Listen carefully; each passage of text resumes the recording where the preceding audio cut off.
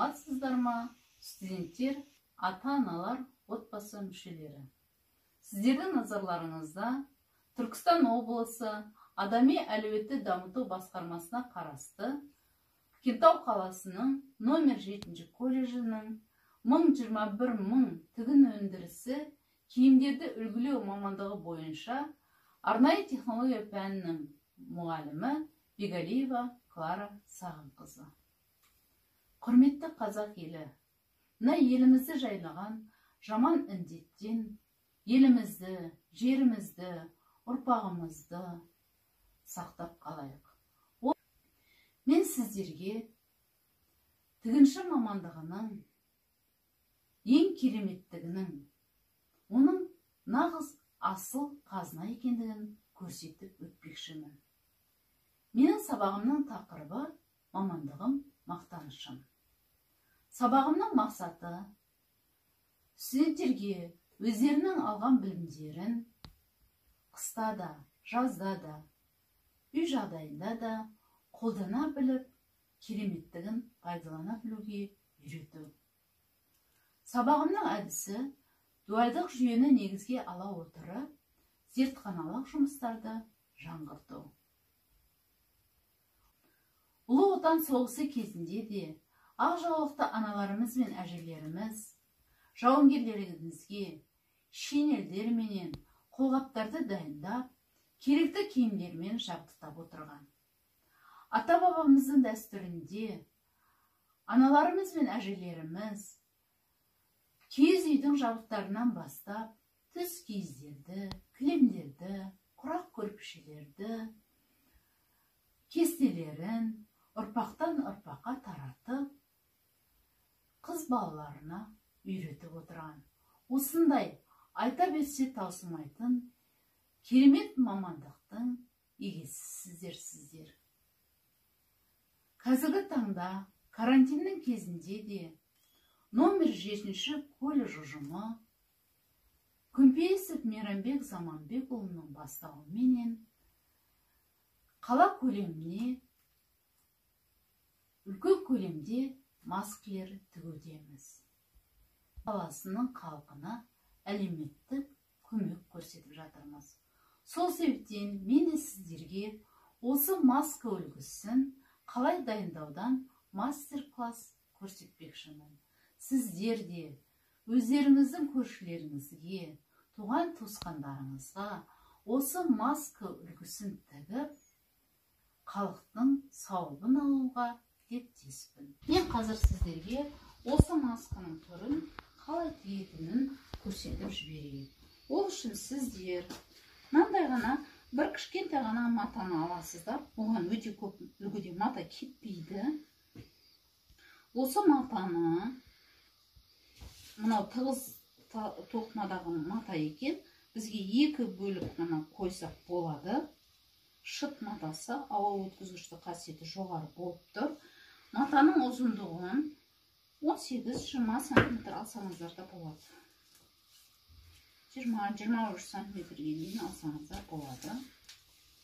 Өлшеп алайық матаның ұзындығын. Мына жерде дайын матамыз 22 см тұр екен. Мына осы 22 см матаны ені 13-14 см қылып кесіп аламыз. Мен уже көз мөлшерін әбден үйренген. 14 см матаны қойып.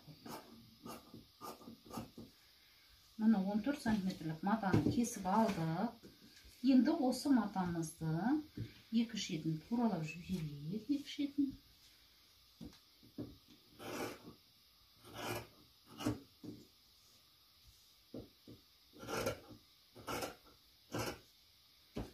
Біз осы екі шетін кесіп алған матамыздың екі шетін оверлок машинасында торлама тігіс жасаймыз.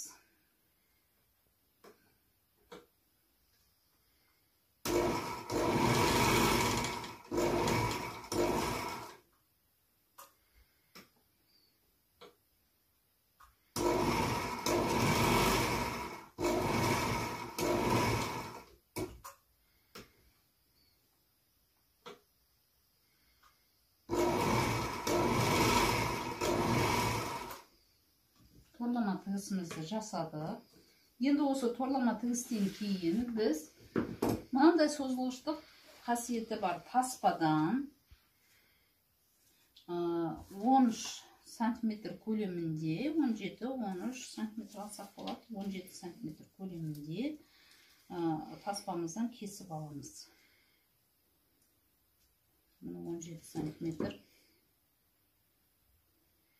Екі құлағымызға ілінетін болғандықтан 17 сантиметрден 2 рет кесіп аламыз.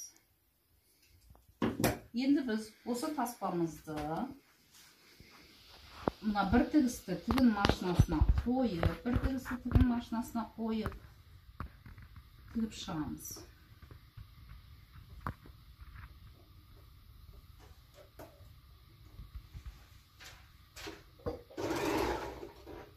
Таспамыз жонып кетпеу үшін бекітпе тігістін арнайы жасаймыз. Мұрнымыздың тұсынан 1 сантиметр көлемде қатпар істейміз.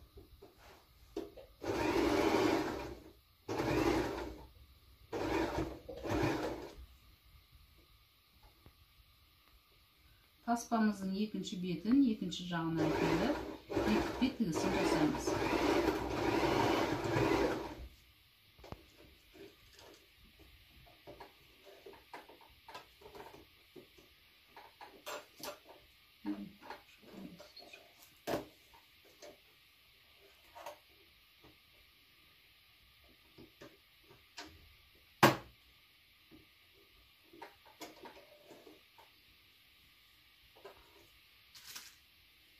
Таспамыздың екінші бетіне созылғыштық таспаны қондырып, маскамыздың екінші бетіне қайтадан орындаймыз.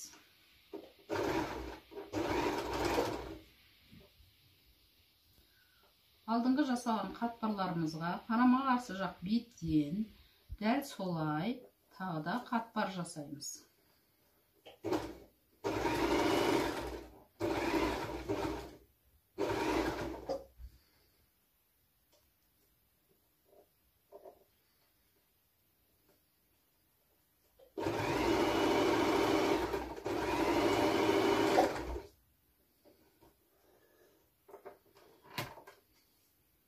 Міне біз осылайша маскамызды дайындап шықтық.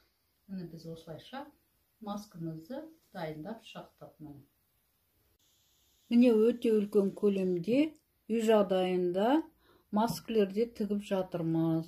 Тігінші мамандығының бір кереметтігі, жұмыс еш уақытта тоқталған емес. Халыққа өте үлкен көлемде маскалер тігіп, әлеуметтік көмек көрсетіп жатқан жайымыз бар.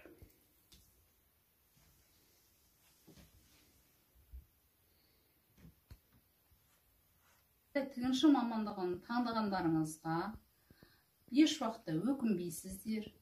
Тігінші мамандығының жұмысы еш уақытта тоқтаған емес, тоқтамайды да. Сол себептен өздеріңіздің мамандықтарыңызды, алған білімдеріңізді толыққанды пайдалануларыңызға тілектеспін.